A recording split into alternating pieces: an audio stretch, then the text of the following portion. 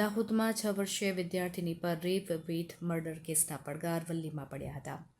નરાધમ હત્યારા Govind nut આચાર્યને ફાંસીની સજાની માંગ સાથે મેઘરજ મામલતદારને આવેદનપત્ર આપવામાં આવ્યું હતું. સિંગવડ તાલુકાની તોરણી પ્રાથમિક શાળામાં અભ્યાસ કરતી 6 વર્ષની માસૂમ બાળકી સાથેની ઘટનાને લઈ રોષ જોવા મળ્યો હતો. મેઘરજ પંથકના સામાજિક, રાજકીય, ડોક્ટર, વકીલ, એન્જિનિયર સહિત આગેવાનોએ મામલતદારને આવેદનપત્ર આપ્યું હતું. મેઘરજ કમ્યુનિટી હોલ ગાર્ડન ખાતે આગેવાનોએ ભેગા થઈને રેલી સ્વરૂપે મામલતદારને આવેદનપત્ર આપ્યું હતું. અરવલ્લીથી રિપોર્ટર જયપ્રકાશ જોશી.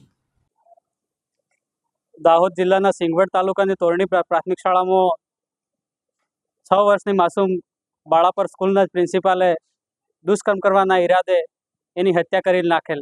એના અનુસંધાને આજે સમગ્ર ગુજરાતમાં દરેક તાલુકામાં થકે માનનીય મામલતદાર સાહેબ દ્વારા મુખ્યમંત્રીશ્રીને આવેદનપત્ર આપવાનો પ્રોગ્રામ ગોઠવેલો હતો. એમાં આજે અમારા મેઘરજ તાલુકાના સર્વ આદિવાસી સમાજના સૌ આગેવાનો, સરપંચશ્રીઓ, વડીલો અને સૌ સમાજના શુભચિંતકો મળી અને મામલતદારશ્રીને આવેદનપત્ર આપવામાં આવેલ છે.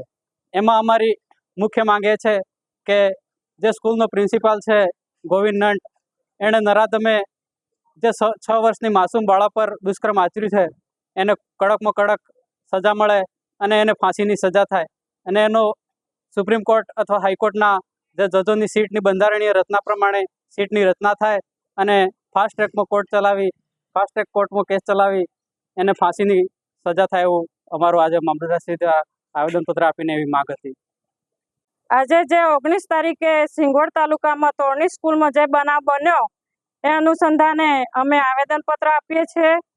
અને જે પહેલા ધોરણમાં જે બાળકી ભણતી હતી 6 વર્ષની, એના ઉપર જે બદ ઇરાદાથી ગોવિંદ નટે ઈરાદો કર્યો અને મોડું દાબી રાખ્યું અને એ છોકરી મરી ગઈ. એને કડકમાં કડક સજા થાય અને ફાંસીની સજા થાય એવું અમારા આદિવાસી સમાજ વતી હું આહવાન કરું છું.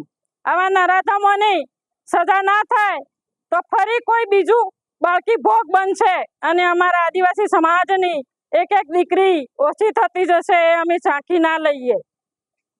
અસ્તુ. મેઘરજ મામલતદાર ઓફિસે જીજાબેન અરસોડા.